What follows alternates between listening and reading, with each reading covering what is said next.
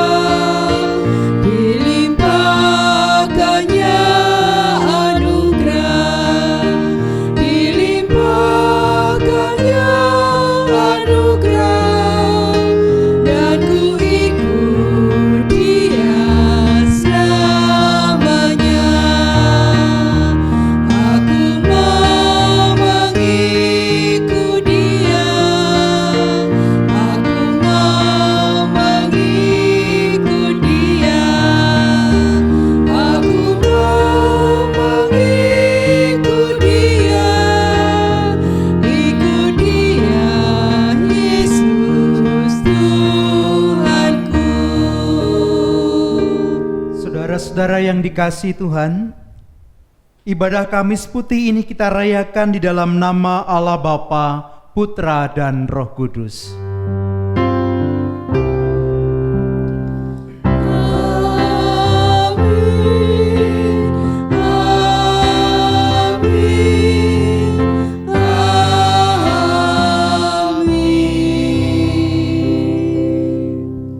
Kasih karunia dan damai sejahtera dari Allah Bapa kita dan dari Tuhan Yesus Kristus beserta saudara sekalian.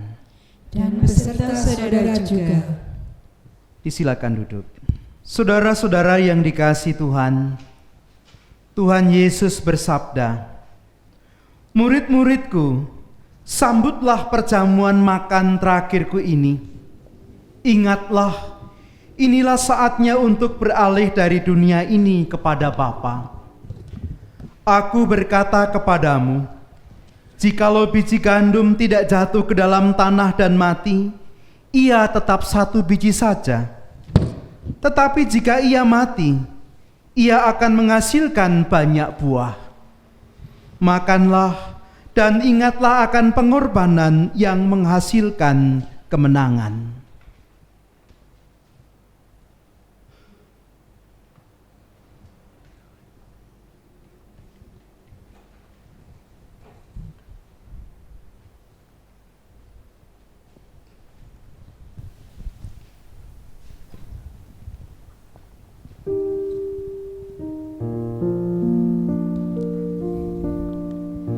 Mari terimalah.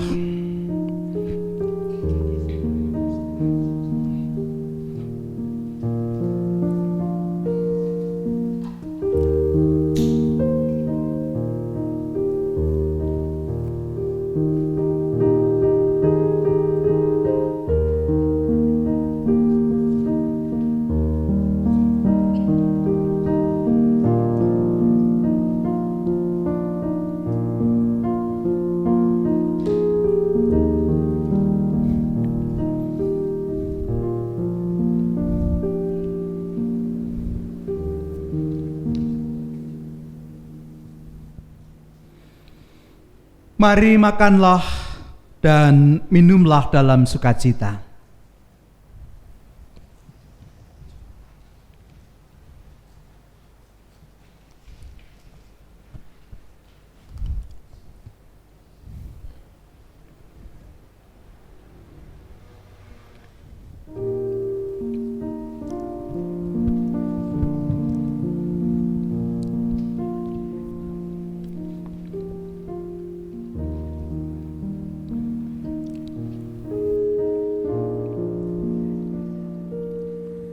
Makan bersama adalah tanda persahabatan.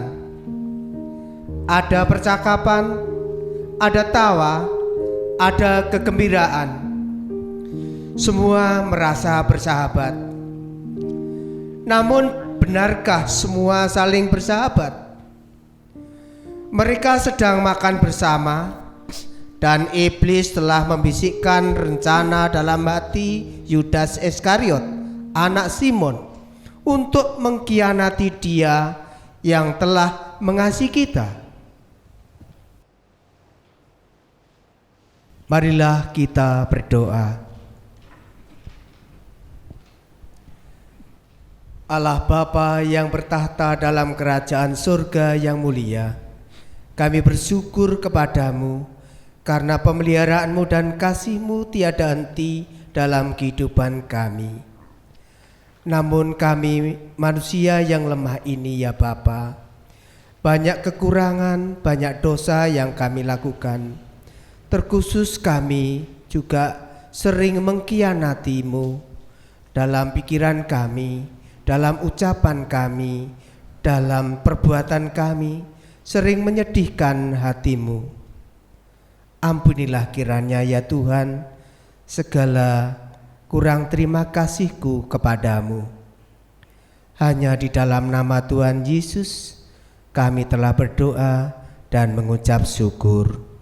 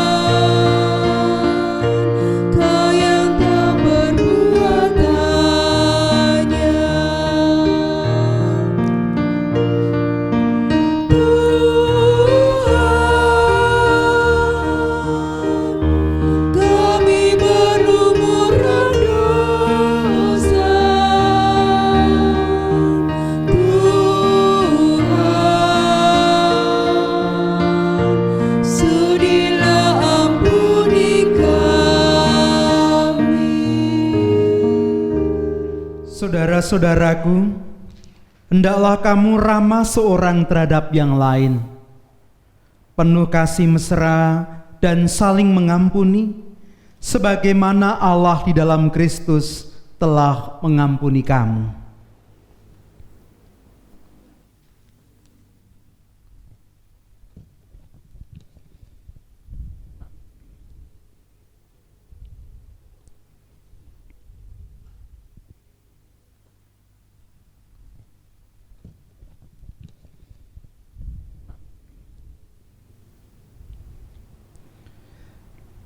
Tuhan bersabda, "Jikalau aku membasuh kakimu, Aku adalah Tuhan dan gurumu, maka kamu pun wajib saling membasuh kakimu, sebab aku telah memberikan suatu teladan kepada kamu, supaya kamu juga berbuat sama seperti yang telah kuperbuat kepadamu.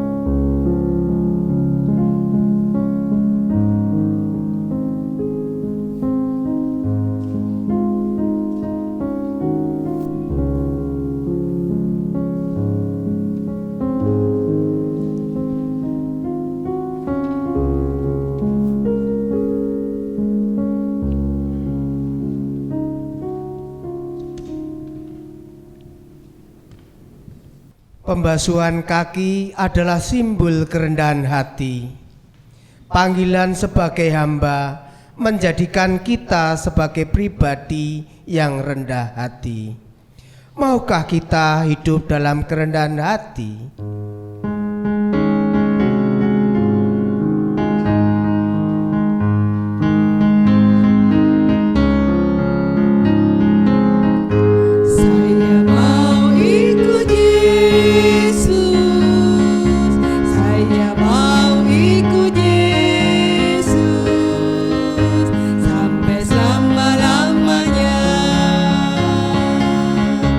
Meskipun saya sudah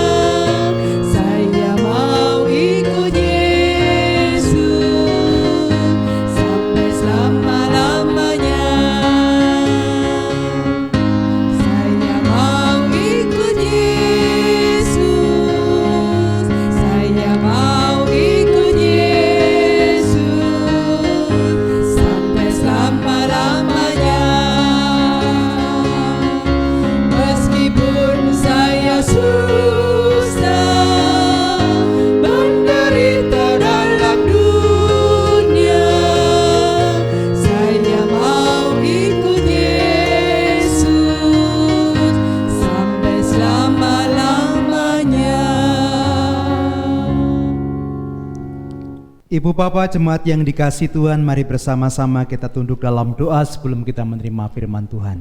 Mari kita berdoa.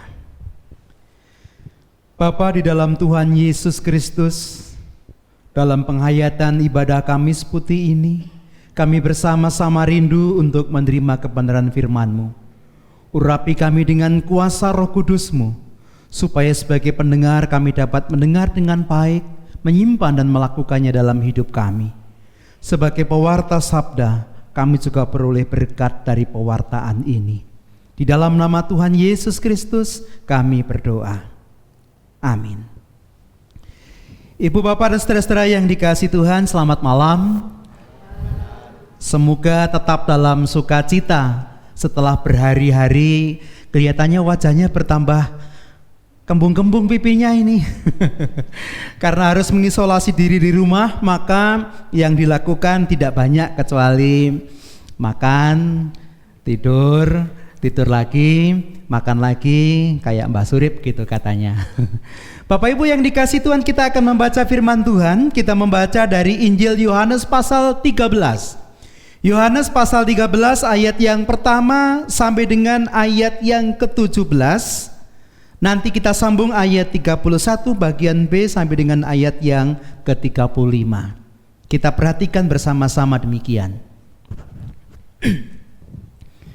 Sementara itu sebelum hari raya Paskah mulai, Yesus telah tahu bahwa saatnya sudah tiba untuk beralih dari dunia ini kepada Bapa. Sama seperti ia senantiasa mengasihi murid-muridnya, demikianlah sekarang ia mengasihi mereka sampai kepada kesudahannya. Mereka sedang makan bersama, dan iblis telah membisikkan rencana dalam hati Yudas Iskariot, anak Simon, untuk mengkhianati dia. Yesus tahu bahwa Bapanya telah menyerahkan segala sesuatu kepadanya, dan bahwa ia datang dari Allah dan kembali kepada Allah. Lalu bangunlah Yesus dan menanggalkan jubahnya. Ia mengambil selai kain lenan dan mengikatkannya pada pinggangnya. Kemudian ia menuangkan air ke dalam sebuah basi dan mulai membasuh kaki murid-muridnya, lalu menyekanya dengan kain yang terikat pada pinggangnya itu. Maka sampailah ia kepada Simon Petrus. Kata Petrus kepadanya, "Tuhan, engkau hendak membasuh kakiku?" Jawab Yesus kepadanya, "Apa yang kuperbuat, engkau tidak tahu sekarang, tetapi engkau akan mengertinya kelak." Kata Petrus kepadanya, "Engkau tidak akan membasuh kakiku sampai selama-lamanya." Jawab Yesus, "Jikalau aku tidak membasuh engkau, engkau tidak mendapat bagian dalam aku." Kata Simon Petrus kepadanya, "Tuhan, jangan hanya kakiku saja, tetapi juga tangan dan kepalaku." Kata Yesus kepadanya, "Barang siapa telah mandi, ia tidak usah membasuh dirinya lagi selain membasuh kakinya, karena ia sudah bersih seluruhnya. Juga kamu sudah bersih, hanya tidak semua. Sebab ia tahu siapa yang akan menyerahkan dia, karena itu ia berkata, tidak semua kamu bersih." Sesudah ia membasuh kaki mereka, ia mengenakan pakaiannya dan kembali ke tempatnya, lalu berkata kepada mereka, "Mengertikah kamu apa yang telah kuperbuat kepadamu? Kamu menyebut aku guru dan Tuhan, dan katamu itu tepat, sebab memang akulah guru dan Tuhan. Jadi jikalau aku membasuh kakimu, aku yang adalah Tuhan dan gurumu, maka kamu pun wajib saling membasuh kakimu. Sebab aku telah memberikan suatu teladan kepada kamu, supaya kamu juga berbuat sama seperti yang telah kuperbuat kepadamu. Aku berkata kepadamu, sesungguhnya seorang hamba tidaklah lebih tinggi daripada tuannya, ataupun seorang utusan daripada dia yang mengutusnya.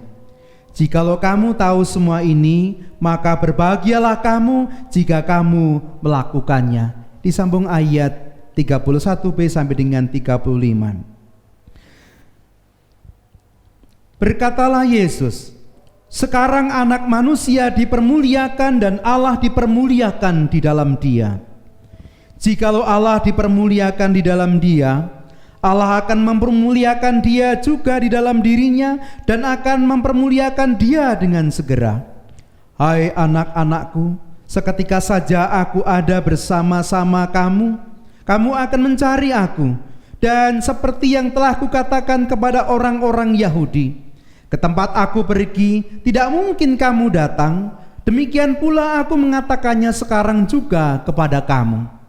Aku memberikan perintah baru kepada kamu, yaitu supaya kamu saling mengasihi. Sama seperti aku telah mengasihi kamu, demikian pula kamu harus saling mengasihi. Dengan demikian semua orang akan tahu bahwa kamu adalah murid-muridku, yaitu jikalau kamu saling mengasihi. Demikianlah pembacaan firman Tuhan. Yang disebut berbahagia adalah mereka yang mendengarkan firman Tuhan dengan setia, percaya dan melakukannya dalam hidupnya setiap hari. Haleluya.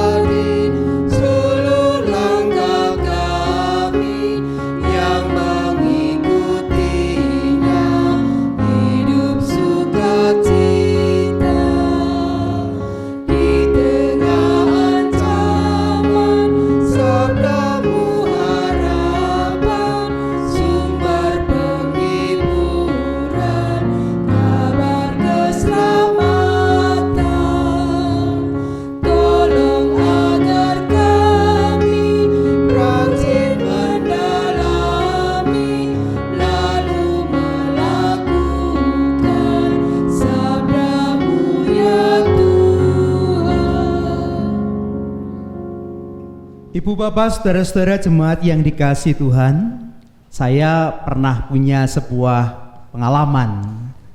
Satu ketika saya diminta untuk melayani pemakaman.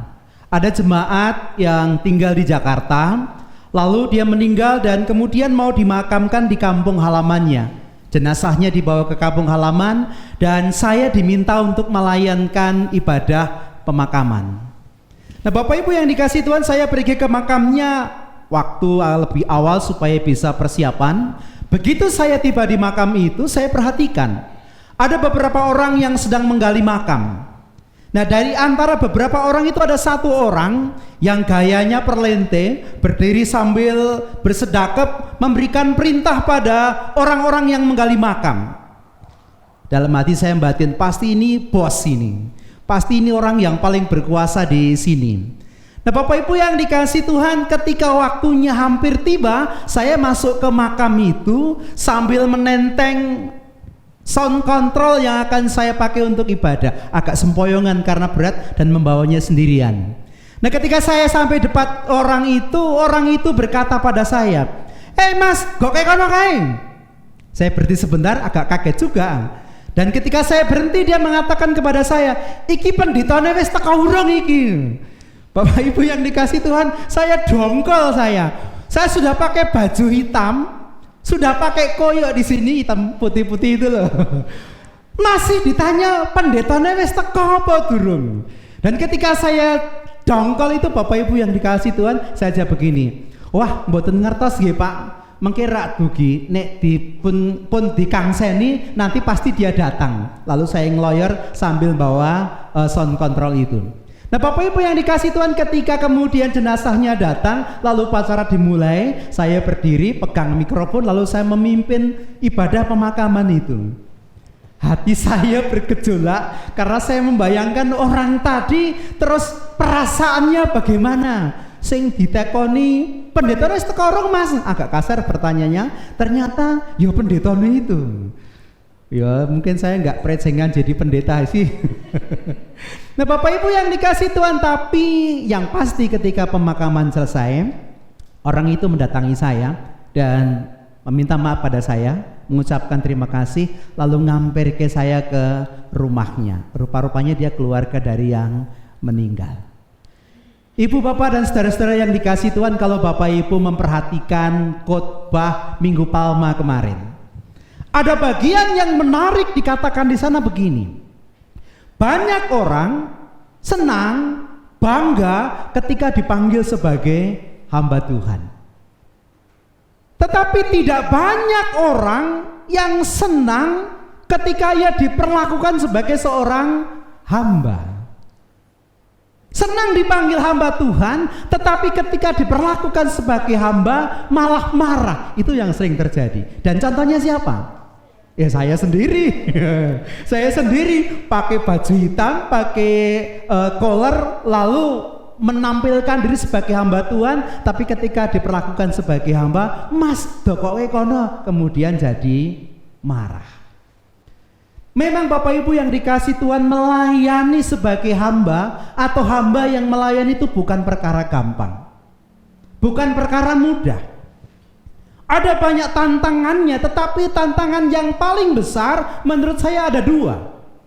Tantangan yang besar yang pertama adalah kesombongan kita, arogansi kita. Lalu tantangan yang kedua adalah egoisme kita. Mari kita perhatikan bacaan kita. Kalau Bapak Ibu perhatikan, ketika Tuhan Yesus hendak membasuh kaki Petrus, Ibu Bapak yang dikasih Tuhan, Petrus mengatakan, jangan Tuhan, sampai kapanpun Tuhan tidak akan membasuh kakiku. Kenapa Petrus mengatakan itu? Karena menurut Petrus tidak pantas Tuhan seorang guru membasuh kaki muridnya.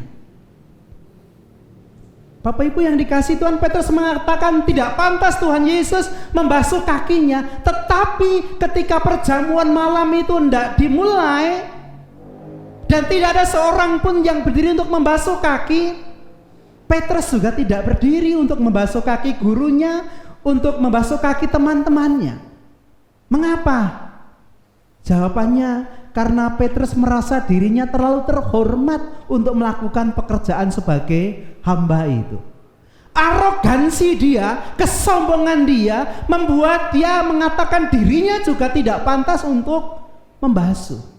Dia tidak bisa menjadi seorang pelayan.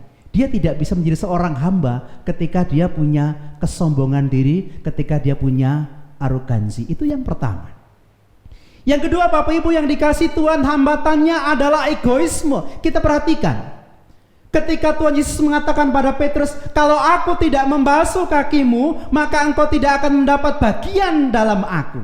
Apa yang kemudian Petrus katakan? Tuhan, kalau begitu jangan cuma kakiku. Tuhan, kalau begitu jangan cuma tanganku. Tuhan, kalau begitu kepalaku sekalian. Ibu Bapak yang dikasih Tuhan, ini egoismenya Petrus, mau diambil. Kalau tadi Tuhan Yesus nggak layak membasuh dirinya, sekarang kalau perlu Tuhan mandikan saya. Yang ia pikirkan hanya keperluannya sendiri, kepentingannya sendiri. Dan orang yang egois seperti ini juga tidak akan bisa menjadi hamba yang melayani. Mari kita perhatikan sekeliling kita. Ketika kita sekarang dalam kondisi mengalami bencana wabah karena pandemi COVID-19, apakah ada banyak orang yang melayani sebagai hamba? Bukankah yang terjadi justru banyak orang yang mengedepankan kesombongannya, mengedepankan egoismenya?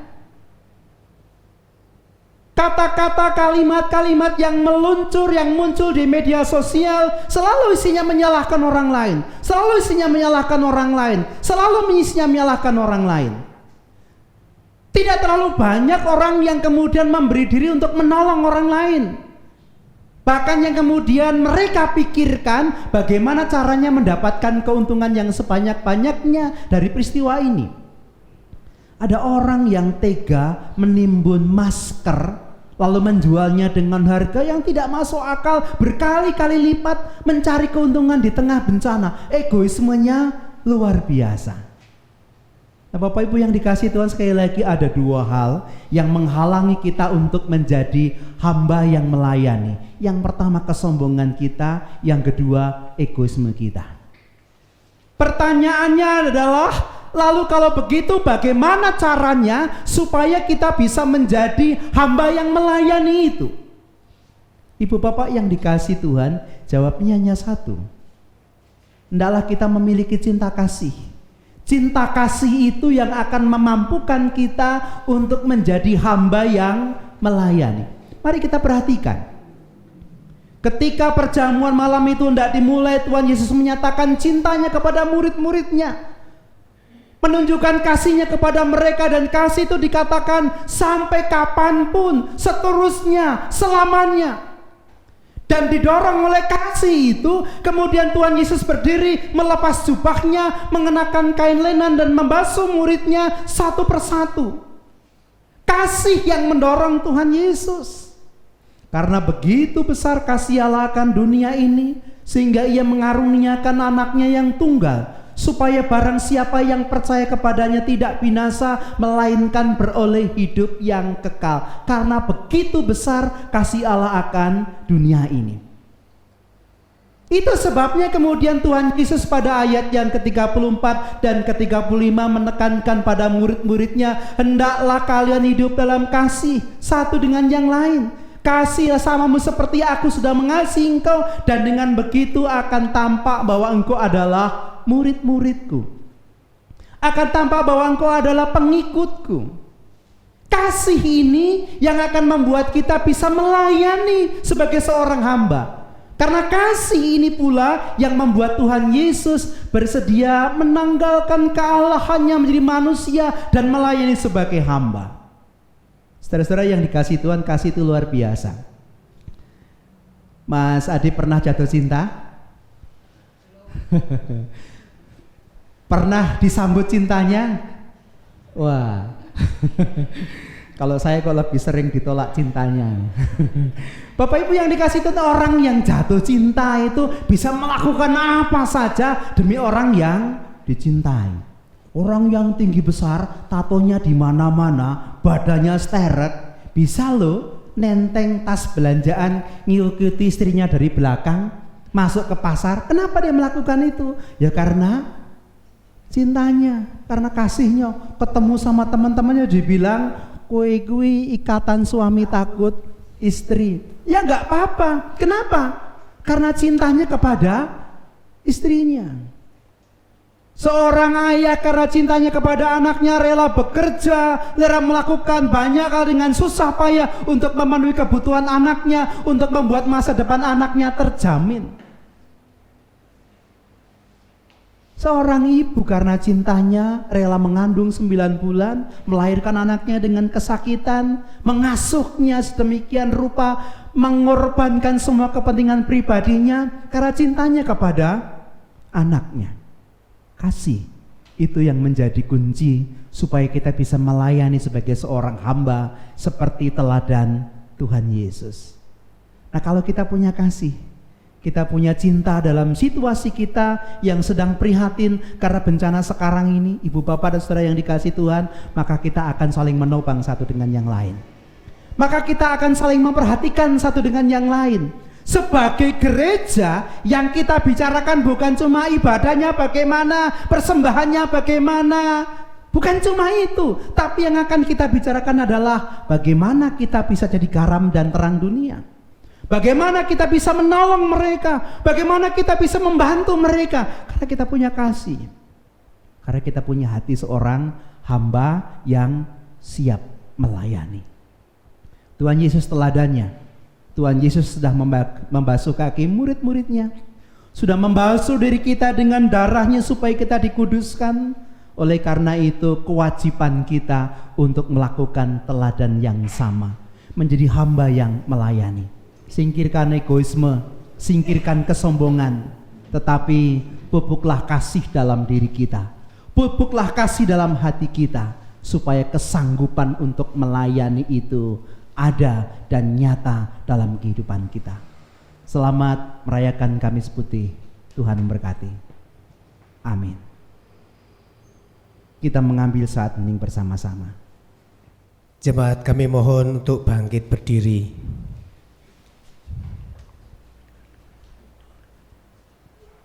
Bersama umat Tuhan di segala abad dan tempat, marilah kita menyatakan pengakuan iman rasuli yang demikian. Aku percaya kepada Allah Bapa yang Maha Kuasa, Khalik langit dan bumi, dan kepada Yesus Kristus, anaknya yang tunggal Tuhan kita, yang dikandung daripada Roh Kudus, lahir dari anak darah Maria, yang menderita di bawah pemerintahan Pontius Pilatus, disalibkan, mati dan dikuburkan, turun ke dalam kerajaan maut. Pada hari yang ketiga, bangkit pula dari antara orang mati, naik ke surga, duduk di sebelah kanan Allah Bapa yang Maha Kuasa, dan akan datang dari sana untuk menghakimi orang yang hidup dan yang mati. Aku percaya kepada Roh Kudus, gereja yang kudus dan am, persekutuan orang kudus, pengampunan dosa, kebangkitan daging, dan hidup yang kekal. Jemaat dipersilahkan duduk kembali. Jemaat yang dikasihi Tuhan, mari sekarang kita tunduk di dalam doa, kita menaikkan syafaat kita. Allah Bapa yang penuh kasih, yang telah mengutus Yesus Kristus putranya untuk menjadi manusia dan melayani sebagai hamba. Kami bersyukur jika oleh pelayanan Kristus kami beroleh keselamatan. Dan jika malam hari ini kami telah merayakan peristiwa Kamis Putih, kiranya kami diteguhkan sebagai anggota keluarga Allah, dan kami semakin meneguhkan pengutusan kami untuk menjadi hamba yang melayani dimanapun kami berada. Secara khusus pada saat ini, di tengah-tengah keprihatinan yang sedang dialami oleh bangsa kami, bahkan seluruh umat manusia, karena wabah COVID-19. Jadikanlah kami sebagai hamba-hamba yang melayani, meninggalkan kesombongan dan ego kami, beralaskan kasih hidup berguna dan bermakna bagi orang-orang di sekitar kami, mendengarkan keluh kesah mereka, menopang dan menolong mereka dalam keprihatinan yang mereka alami melalui tindakan yang nyata di dalam kehidupan. Untuk itu ya Bapa, perlengkapilah kami dengan berkat-berkat-Mu, berkat kelimpahan rezeki, berkat kesehatan, dan karena itu kami berdoa untuk saudara-saudara kami yang sedang menderita sakit, kiranya Tuhan sembuhkan. Berkat iman yang teguh, agar di tengah-tengah tantangan dan pencobaan dunia, kami boleh berdiri sebagai pemenang yang senantiasa memuliakan Engkau melalui pikiran, ucapan, dan perbuatan kami. Kami mohon Engkau karuniakan pada kami berkat cinta kasih sebagai dasar bagi kehidupan rumah tangga kami, sehingga kami yang merasakan damai sejahtera semakin disempurnakan. Kami yang sedang dalam pergumulan yang berat ditolong untuk lepas dari pergumulan itu, dan keluarga kami yang memperoleh pemulihan. Kami berdoa untuk saudara-saudara kami yang harus berjuang bekerja di luar sana menempuh bahaya. Tuhan berikan kekuatan, Tuhan berikan pada saudara-saudara kami supaya mereka dijauhkan dari wabah corona. Kami berdoa untuk orang tua kami dalam usia lanjut mereka. Tuhan berkati mereka dengan kekuatan, sukacita, dan pengharapan.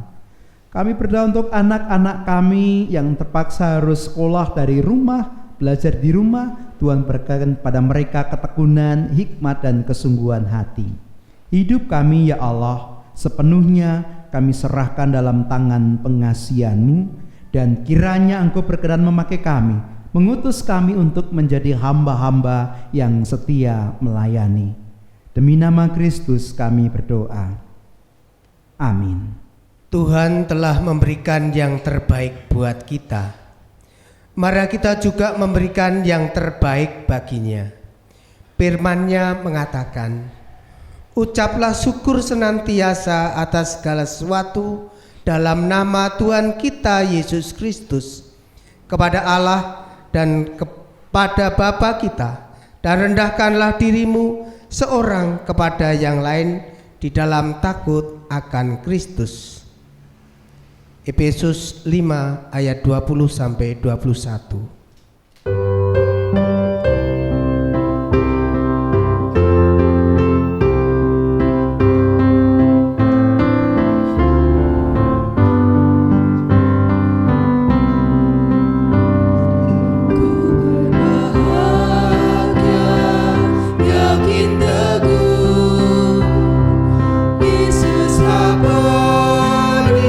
Kepunyaanku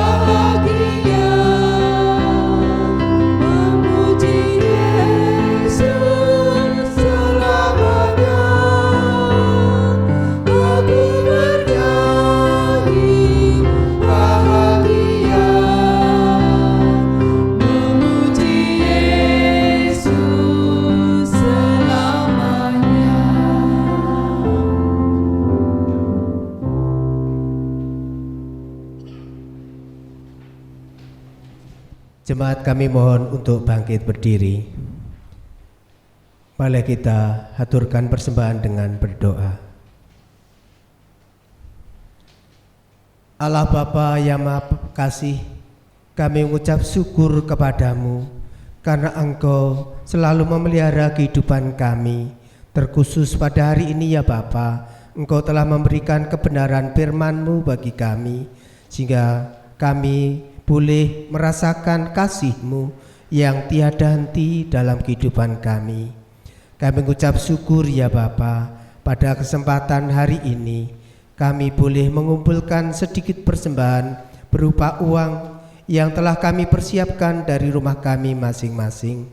Kiranya Tuhan berkati, kiranya Tuhan kuduskan. Bapa yang makasih, banyak dosa dan kekurangan dalam kami mengumpulkan persembahan, kiranya Tuhan ampuni. Bapa, sebentar lagi kami juga akan undur dari ibadah Kamis Putih ini. Kiranya Tuhan selalu memberkati keluarga kami masing-masing, terkhusus keluarga besar GKJ Karanganyar. Berikan kesehatan dan rezeki yang melimpah. Bapa yang makasih, banyak yang kami haturkan, namun Bapa, hanya Engkau sendiri yang akan menyempurnakan doa syukur kami. Terima kasih ya Bapa, hanya di dalam nama Tuhan Yesus Kristus kami telah berdoa dan mengucap syukur. Amin.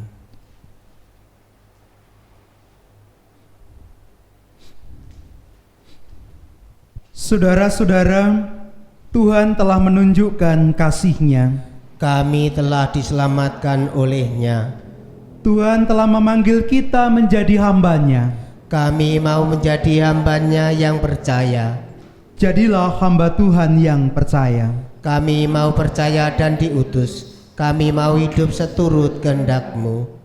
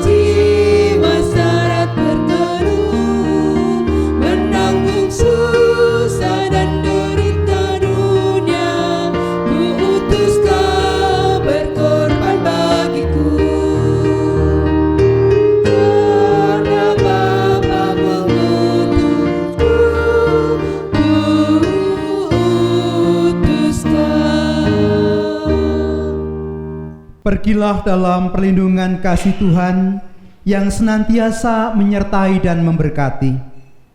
Lanjutkan dan wujudkan tugas panggilan kita sebagai hamba-Nya dan terimalah berkat Tuhan. Allah sumber damai sejahtera menyertai kamu sekalian. Amin.